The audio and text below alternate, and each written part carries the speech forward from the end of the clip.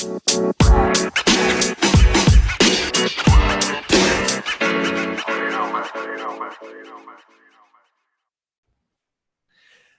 right, everyone. Welcome back to another episode of the Business Blast podcast. I'm your host, Tyler Wagner. Today, I have Alex Fasulo with us. She is a six-figure digital nomad and full-time copywriter and copy editor with Fiverr.com, where she works with individuals, brands, and companies throughout the world. So welcome to the show. Hi, Tyler. Thank you for having me. I'm happy to be on the Business Blast podcast. Of course. I'm pumped to have you on. So, Alex, the first one we ask on this show is, what is the best story from your life that has an underlying valuable message? Oh, these are deep. These are going to be. Oh, that's tough. Okay. It's all right. We got time. Little things like that happen to me, and I'm one of those crazy like philosophical people where I'm always trying to find the meaning in everything. So this one's like blowing my mind because there's too many things. You can say a couple if you want. Let's see. Okay, so something that had an underlying meaning. I guess I don't know if this is coming to my mind or whatever, but yeah. I don't know if this one would even count. I don't know. Whenever I was little, I always used to say, like, don't judge a book by its cover. That always used to be, like, my favorite saying. I don't know why. It was just something, like, I always thought it had so much more meaning to it. Or, I don't know. It's just something my mom, like, I always used to say, like, running around as a 5-year-old. I'd be like, don't judge a book by its cover or something. Yeah. But, I guess that kind of, like, foreshadowed my life because no one really knew what I was up to the last 4 years alone in my house with my laptop. And I think everyone thought I was twiddling my thumbs and looking at Facebook. And little did they know I was up to a lot of things. And I think when the CNBC article broke this summer, I think that that had a lot of more meaning to my life because everyone thought they had written me off. It's just like, oh, she's going to go be a writer, like, oh, poor starving, you know. And it definitely blew a lot of people's minds. So I guess I am the don't judge a book by its cover. I don't know. No, I love it. I'm sure that article did. And it's kind of similar, you know, with me. Like, I dropped out of school and people were like, yo, he's going down a bad path. Like, he's in trouble. Exactly. You know what? I feel like it's every entrepreneur story, honestly, because you can't do it, don't understand it. And so you feel silly for a while until like you do what you wanted to do all along. And then you're like, okay, I feel good now. Yeah, absolutely. So let's dive in a little bit more to like the article and stuff. Like, well, first, how did you even come up with this? Like, tell us like the beginning. Like, how did you think Fiverr? like I'm going to get on Fiverr? Like, you know, so I owe it to my mom because I was working a state job in upstate New York, writing, editing, doing a lot of what I do now. And I have just always been the classic, like, oh, I'm bored type, like, come on, what else can I do? I feel like there's more I could be doing type of person. So is my mom's the same way. So she messaged me one day while I was at work and said, hey, you know, check out this platform. My friend's on it. I guess you can make $5 offering digital services, might be fun. I was like, all right, mom, I'll check it out. And I went on. I didn't take it really seriously at first. I just offered editing for $5, and I was, you know, way undervalued, like what I was doing. But I was happy with it. I was 22, I think, and I was like, oh, cool, I can buy a new shirt or whatever. Sounds good. Yeah, like that's all I was thinking about. And then everything changed when I moved to New York City when I was 22, going on 23. I got down there for a job. I will not name the place or any of the people at the place, but I just imploded at it. I couldn't do it. I hated it so much. It was just like, I was like crying at my desk. And if anyone knows me, I do not cry. So it was not good. And after 4 weeks, I just straight up quit. Like, I was supposed to go into work that Monday and I physically could not. Like, I left some of my things there. It sounds really dramatic. I'm like actually not a dramatic person. Like, I was just like, I can't go in. So I sent an email and I quit. And then I had like my first like midlife crisis basically. So I just went to like 4 different museums that day and just stared at art. I don't know why. And then I went home that night and I was thinking to myself, I have to do something or I'm going to be that failure small town girl who moved to New York City to chase her dreams and failed and came home and everyone's going to laugh at me type of thing. So I was like, I got to figure it out right now. And I had the tab of Fiverr open on my laptop, and it was like a little like light bulb went off. And I was like, well, I've never tried actually offering copywriting. Like I just edit, but surely, people might need things written and I can write things, I think. So that's kind of how it all started. And in just a few weeks, I opened up more gigs. They're called, where the services you offer on there are your gig. I opened up a few more gigs, and really within a month, it was already on its way to being sufficient. And that was, the rest is history. Yeah, that's wild. So, okay. So then the rest is history. So like, when was there like a pivotal point where things just started to like take off? Like when was that, like when did it? Let's see. So I quit on like December 3rd or something like that.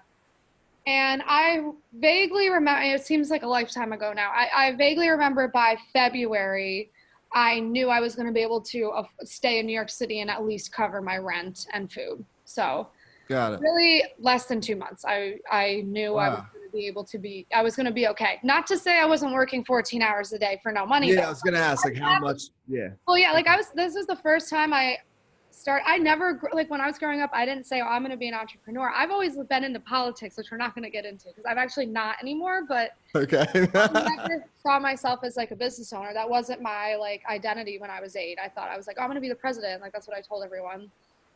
And Still possible. Oh God, I know, right? Oh, I don't know. And we're not going there. And I never really, I'm going to be an entrepreneur, like blah, blah, blah. And then once this just kind of it just kind of like found me. I don't know. It's weird. It just, this lifestyle found me. And then within like the first month that I was so like almost addicted to it that there was no ceiling anymore. Like the ceiling was what I wanted it to be. I realized like, this is what I've always like, this is what I should be doing. And I will be doing this the rest of my life. I just knew it. Like I was so much happier. I didn't care I was working 14 hours as long as I was working for myself. It's all good.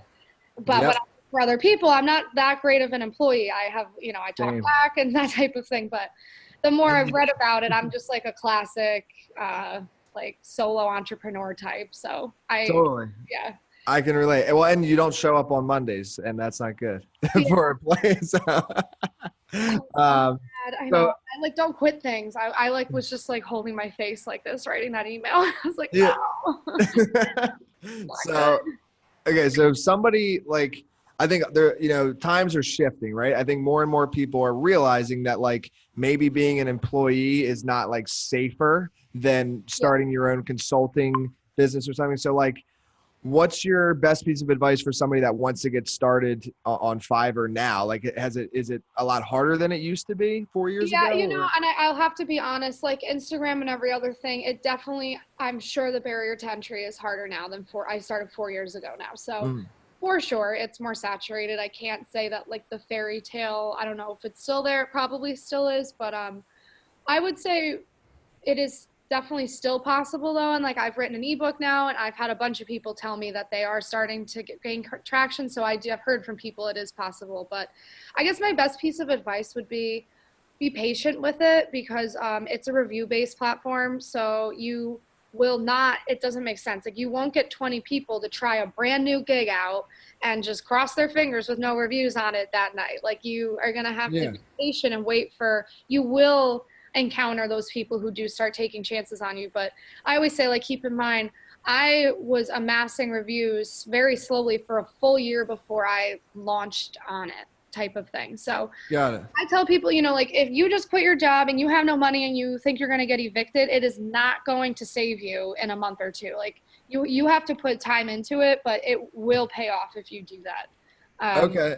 Yeah. And so a quick question too, because like I would think, if it was me, right, I think reviews are like one of the most important things. So like, are you able to like offer discount or like even free service on there just to get reviews at first? That's what I would do. Yeah. So the Fiverr customer service department is very strict. And I mean, if they caught you doing that, they would not be happy about it. So. Oh, okay. Yeah. I wasn't sure. Yeah. I mean, as long as Fiverr still gets their cut and everything and all that's like, good. I just mean like highly discounted at first? Because it's the same thing almost with like Discounted. books. So yeah. So like starting out, you're not gonna be able to charge a lot for your services. Like I started out Yeah. charging nothing for a very long time. I charge a lot Okay. now because I can, but Yeah. totally, like whoever, like you are gonna have to start out charging a little money for what you're doing. But Yeah. I always tell people, if this is what you're supposed to be doing, if what you're gonna offer is your passion, if whatever, then it shouldn't matter. Like for me, like I loved every second of earning $5. Like it just Yeah. was meant to be type of thing. So I always Yeah. tell people, like if you're just doing this to do it, like I don't know, a lot goes into it. Like you need to want to do it, or you need to, it's not going to be easy along the way. So I always tell people, like, if you're just doing this for the sake of doing it because you hate your job, that's not the right motive going into it. You need to be doing it because you either love what you're offering, or For you sure. like love the new lifestyle it's going to afford you, because you are not going to make a lot of money right away. But like Yeah. anything, the payoff is totally still there. It's just Yeah. you away, but it's there. Yeah, I was just wondering if there was a way, because like I always tell people with like what I do, I help people with books and stuff. So like one of the things I say with books is like, start out, you can do a free Kindle launch or like 99 cents, do a discount and get a bunch of reviews on your book. Yeah. And then somebody who has never heard of you comes across your book on Amazon, like Yeah. the trust is built because the reviews are there.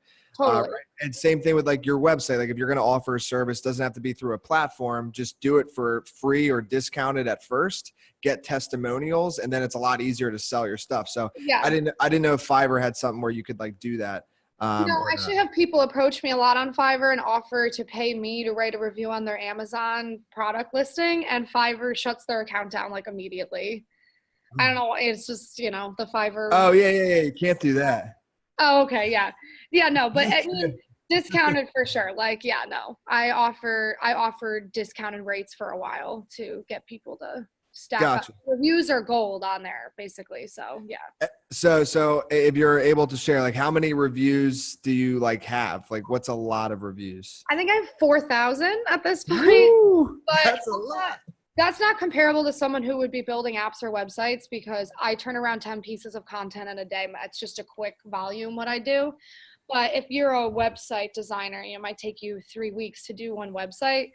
If you have 100 reviews, that's good. Like it's Yeah. relative to what you're doing. But I looked the other day, I've completed 6,200 different orders on there, and many of those orders were more than one piece of content at once. So a lot of typing. And Wow. I think maybe it's like 3,800 or something 5-star reviews, and then probably like 200-300 not 5-star reviews under it. Yeah. Because you just can't please everyone. But So what's nice is the law of averages or whatever. After a while, if you're doing a good enough job, like don't let that one bad review get you down, because if you end up with 3,800 5-star reviews, a 1-star review does absolutely nothing to the average. So. Oh yeah, for sure. And I've seen that's still a lot. I've actually seen some on there for like some have like 40,000 reviews or something crazy.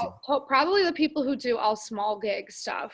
Yeah, they do small stuff. Like sometimes there's ones that do, again, because back to the book stuff, like they'll like promote to their Twitter account or something. Yeah, the influencer people on there. Yeah. Yeah. So they're just like popping $5. Like, yeah. Oh my gosh, it's crazy. Because all they got to do is just like click.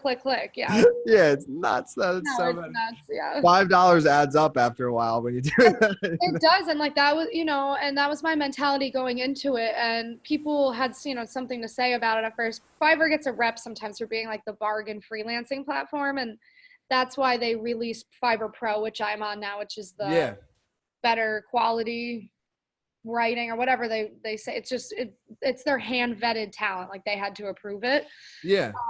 And yeah, like for a while when I was writing for $5, like some people had some things to say, like, oh, her writing must not be that good or all this other stuff, and I'm like, no, I was just willing to do what it takes to make a living, and I'm not too good for that, and I still am not too good for a $5 gig. So that's not a good mentality in my opinion, to be too good for stuff.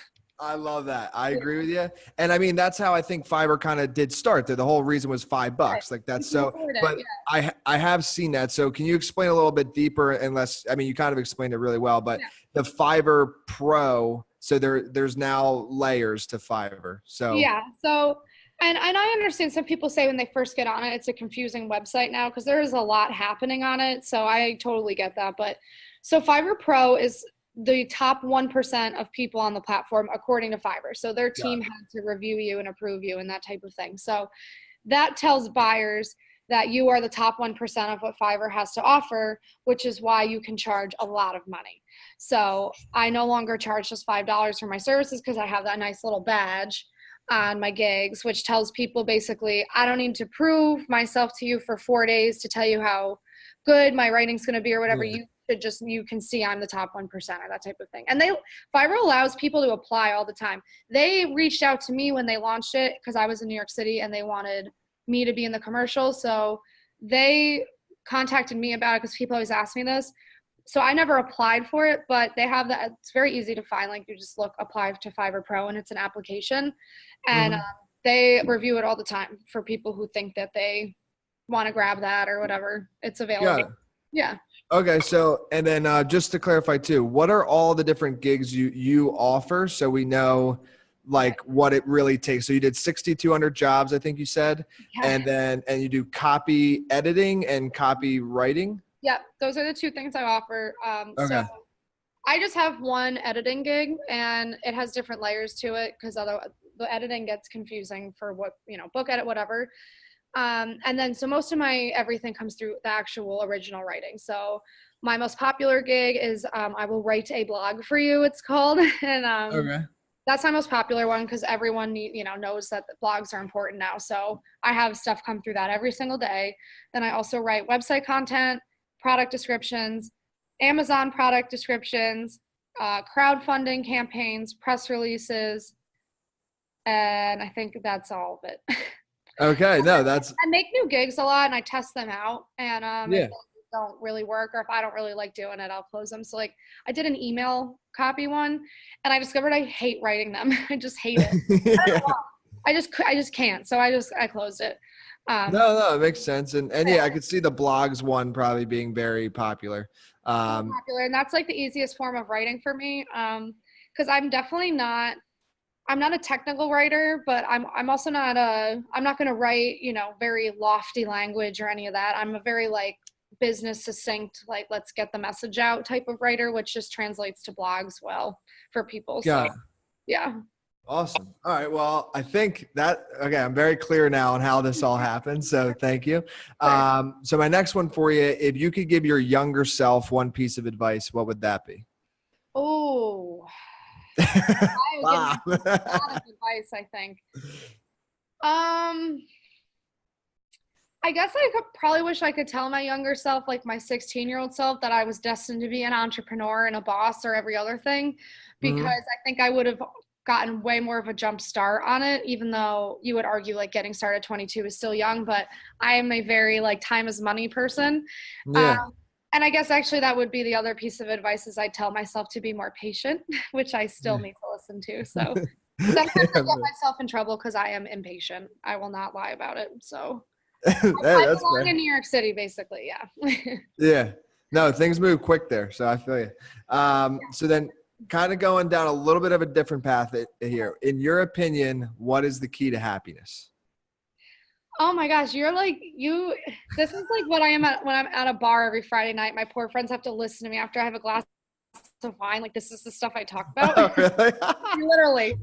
Oh, this is great though. This is good. Okay, so I explore this topic all the time. So my most recent like discussion of happiness is I think, and especially our generation, I think we're way too serious as a generation. I do. Like when I make jokes generally in a room of people, the first people to either be offended or not like my joke are people our age. It's not people older than us. It's not old people. It's people our age. So I think the key to happiness is loosening up and not taking everything so seriously, including everything, your job, what your politician said that you hate, what someone on social media wrote that got you so mad. Like, I think the key to happiness is just not being a sponge of all of it and just doing what you love and not taking everything so seriously. Like it's okay if your project didn't get approved or, it's okay that your, governor didn't get elected. Like, take a deep breath and just laugh it off. I don't know. I was always like, just laugh it off. It's all good. Like,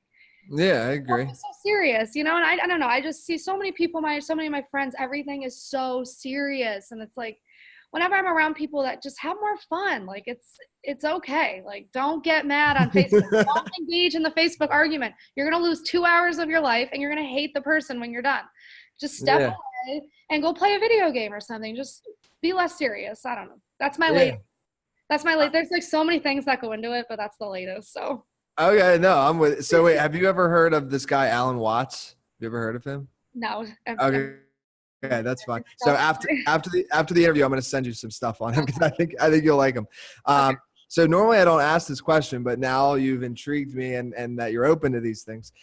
So like, what is the meaning of life? What do you think the meaning of life is? Okay, so I always try and tiptoe around stuff like this because I don't want to freak anyone out or make anyone uncomfortable. But I'm a super spiritual person. Okay, I feel you. And I go to church every week, and I'm very active in that stuff. So cool. Really, I would tell you what's the meaning of the meaning of life is my Christian beliefs, but I won't go there on people. So I would say the meaning of life is to lift other people up with you, because life isn't easy for anyone. And even if it looks like it's easy for someone, it's not. They might just have a facade on or whatever.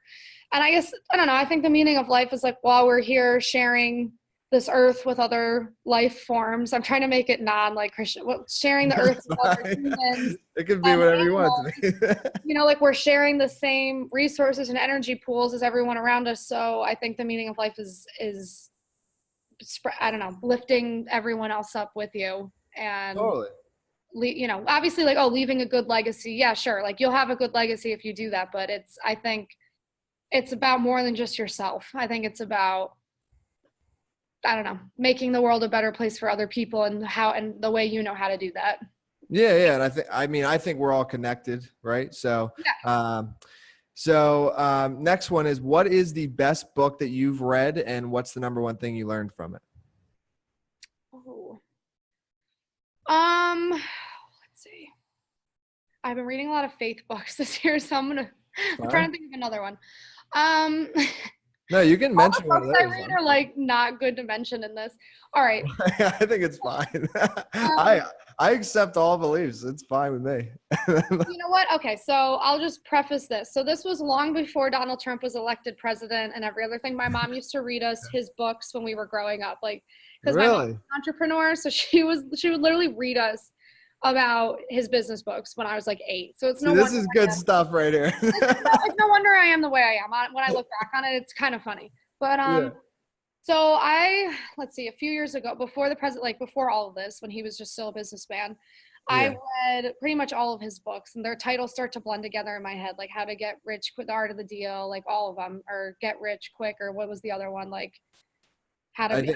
They're the titles. I'm bad at remembering them. They all blend together, but I read one of them, and it's honestly like my business Bible. I hear him like all the time from all of his books that I read, and they're like my guidance in working every day. And what his books have helped me with is, and I don't like wake up every day and focus on like, oh, I'm a woman, I'm not a man type, but there are times when my womanly nature will tell me not to be aggressive or not to offend someone or whatever. And then I'll just kind of hear him from these books say like, who cares if you're like, you need to treat this business deal just like a man. You need to not feel bad that happened. You need to hold your ground firm, because no one would say anything if it was a man doing it.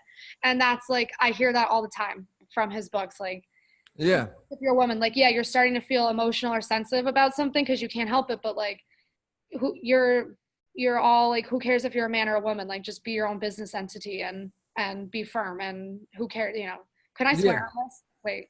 Yeah, you can swear. Oh, it's like, it's hard for him. You don't want to come off as a bitch, basically. But then there's times when I just hear from these books him saying like, who cares if you're a bitch? Like, you're doing what you need to do. And I don't know, that's just like what I take from it every day. And it like pumps me up to keep chugging. Yeah, no, I think it's important. So another one, not to ramble off all these names, but do you know Jordan Peterson? Have you ever heard of Jordan Peterson? I'm so bad. I know. I'm like, it's fine. No, it's fine. So he speaks I probably should. No, it's fine. I was just curious. So he speaks about where it's like typically like men are more disagreeable and women are more agreeable, Yeah. typically. But So biologically, probably. Yeah. yeah, biologically. So Yeah. that's kind of one of the reasons why, like, at least entrepreneurially, because a man will kind of just go and like not agree. He won't take shit. Like he'll just go. Right. Whereas like you're saying the emotions come up and you'll kind of let maybe, and I'm not saying you in particular, this is not generalizing. I'm just No, saying no, yeah. like sometimes like it's more likely that a woman will, rather than have a conflict, she will just kind of accept what's going on and agree. So it's good that you're like aware of that. You feel I the am. emotion and then you're like, no, like this isn't, I'm not going to allow this, you Yeah, know? right. Because it's like in his, and Tony Robbins stuff, like all these guys, they don't, like one instance in the last year or two that happened with me was I was not like covering up my success per se for people that I was collaborating with, but I was just keeping it to myself. Like I didn't think, people get weird when money gets involved with stuff, like it's just weird to some people. And I kind of like, that article came out, I was exposed a little bit of what I was up to. A little And bit. my nature was to Yeah. like feel ashamed by it, which is Mhm. really stupid. Like, and then I would sit there and think like, would Tony Robbins feel ashamed about this article? No, he would think it's sick and he would own it. And I was like, and I hear like, I have to tell myself that every day, like, Yeah, own it. Like you need to move past your nature of, womanly nature to please or whatever it is. But for sure. I have it, it exists in me for sure. But anyway, yeah, Yeah. those Trump business books, I'm not gonna lie, they I hear the quotes in them saying like, no, make the Yeah. deal. Like like it's all about Perfect. deal making. So so my next one is, what's your favorite quote? What's my favorite quote? I should know this because I'm a writer. I Yeah. probably can't um It doesn't have to be word for word either. It's okay. all right. Well, this one, I guess, see, this is like I'm all over the place with different topics here, but I really love that quote from Alice in Wonderland. This is so random. And I think, I don't know if it's the Mad Hatter who it is saying to her, like, or something like, don't be sad that you're mad, Alice, like all the best people are, or something, or the world's not mad. Like, I don't, do you know the quote I'm trying to say? I've got to look it up right now. I Basically, No, it's fine. I think I know actually what I you are love talking. that quote. Whenever I read it, I'm like, I love it. It's basically saying, like, if the world's making you feel mad, like you're not mad, like the world's mad. I don't know. It's like the Yeah. way I just love that quote whenever I see it. But as you can tell, it's weird. I write a lot and I have a really hard time remembering titles and quotes and authors. I don't know why. I'm Well, also it's really bad at remembering names. I'm really terrible at it. It's well, all related, I think.